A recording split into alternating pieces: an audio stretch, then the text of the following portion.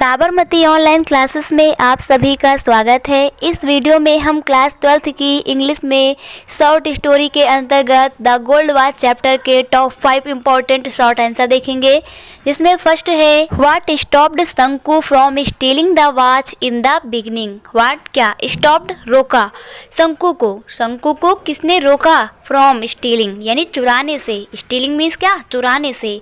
The watch घड़ी को in the beginning शुरुआत में। तो शुरुआत में यानी कि प्रारंभ में शंकु को घड़ी चुराने से किसने रोका, ये क्वेश्चन है हमारा। तो इसका आंसर हो जाएगा Shanku was not a confirmed thief. Confirm यानी कि अभ्यस्त, थीफ चोर। शंकु नॉट नहीं था, शंकु जो है वो अभ्यस्त चोर नहीं था। ही डिसाइडेड उसने निर्णय किया, टू स्टील चुराने का, द वॉच घड़ी को, under the pressure of poverty. Pressure यानी दबाव में, पॉवर्टी गरीबी के।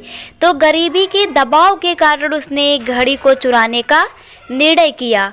ही was facing poverty, he was facing यानी वो गरीबी जिसका वो फेस कर रहा था यानी कि झेल रहा था। देयरफॉर इसलिए, ही फेल्ट माने क्या होता है महसूस करना या अनुभव करना। ही फेल्ट उसने अनुभव किया। नर्वस माने घबराहट का, तो उसने घबराहट को अनुभव किया। विच स्टॉप्ड जिसने रोका, his from stealing the watch घड़ी को चुराने से, इन द बिगिनिंग शुरुआत में। तो जिसने उसे घड़ी को चुराने के लिए शुरुआत में रोका। तो हमारा आंसर हो जाएगा Shanku was not a confirmed thief. Shanku जो है कोई अभ्यस्त चोर नहीं था। He decided to steal the watch under the pressure of poverty he was facing कि उसने निर्धनता के दबाव के कारण यानी गरीबी के दबाव के कारण घड़ी को चुराने का निश्चय किया जिसे वह झेल रहा था। Therefore he felt nervous which stopped him from stealing the watch in the beginning। इसलिए उसने घबराहट अनुभव की जो शुरू में घड़ी को चुराने से उसे रोक रही थी। तो ये हमारा फर्स्ट क्वेश्चन कंप्लीट हो गया है। सेकंड क्वेश्चन देखते हैं। What thought troubled शंकु after committing the theft। What क्या थॉट विचार थे जो ट्रबल्ड परेशान कर रहे थे शंकु को आफ्टर कमिटिंग द थेफ्ट यानी चोरी कर लेने के बाद। तो चोरी कर लेने के बाद शंकु जो है किस विचार से परेशान था यानी वे कौन से विचार थे जिनसे शंकु ट्रबल्ड था यानी कि परेशान था। तो चलिए इसका आंसर देख लेते हैं। If he was catch while committing the theft.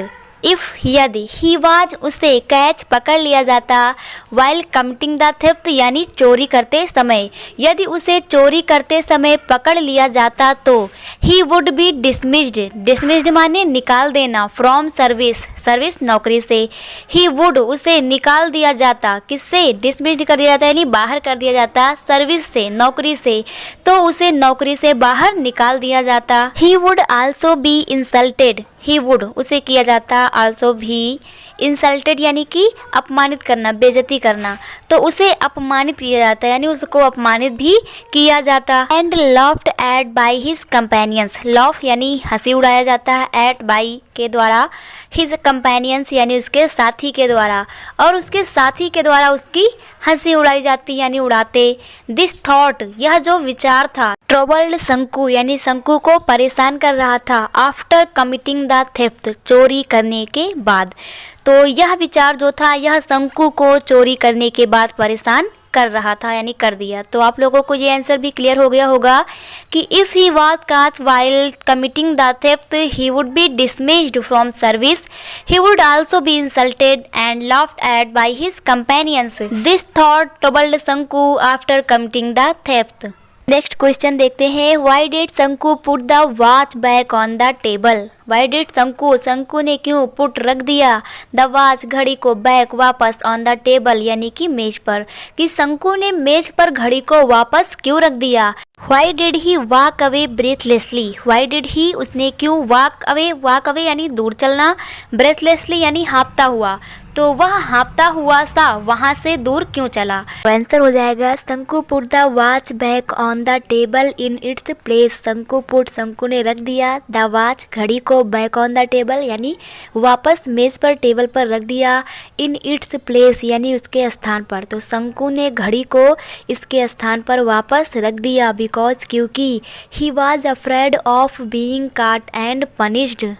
Afraid माने होता है भय लगना यानी कि डर लगना। ही वॉज अफ्रेड यानी कि वह भयभीत था, डरा हुआ था। बीइंग काट यानी पकड़े जाने का, एंड पनिश्ड सज़ा दिए जाने का, दंडित किए जाने का। तो उसे पकड़े जाने और दंडित किए जाने का भय था। He walked away breathlessly from the office of the engineer के ऑफिस से वह ब्रीथलेसली यानी हाँफता हुआ, वॉकड वहाँ से चला, कि वह इंजीनियर के कार्यालय से हाँफता हुआ चला, क्योंकि as he heard the sound of footsteps behind him, पैरों से चलने की जो धुन होती है इसको सुना, बिहाइंड हिम यानी अपने पीछे, कि वह हाँफता हुआ सा चला इंजीनियर के ऑफिस से, क्योंकि उसने अपने पीछे किसी के चलने की, पैरों की ध्वनि सुनी, आवाज़ सुनी। ही थॉट उसने सोचा, ऑफ बीइंग नोटिस्ड कि किसी ने उसे नोटिस्ड तो नहीं किया, while putting the watch on the table यानी घड़ी को रखते हुए, टेबल पर घड़ी को मेज पर रखते हुए किसी ने उसे देखा तो नहीं। तो आंसर आप लोगों को क्लियर हो गया होगा। शंकु put the watch back on the table, शंकु ने वॉच को टेबल पर वापस रख दिया, इन इट्स प्लेस बिकॉज क्योंकि he was afraid of being caught and punished. He walked away breathlessly from the office of the engineer as he heard the sound of footsteps behind him. He thought of being noticed while putting the watch on the table. Next question देखते हैं। Why did शंकु want to steal the watch? Why? क्यों शंकु जो है want चाहते थे steal चुराना the watch घड़ी को, कि जो शंकु है ये घड़ी को क्यों चुराना चाहते थे। मीन्स क्वेश्चन ये भी बन सकता है What was the problem of शंकु? शंकु की क्या समस्या थी।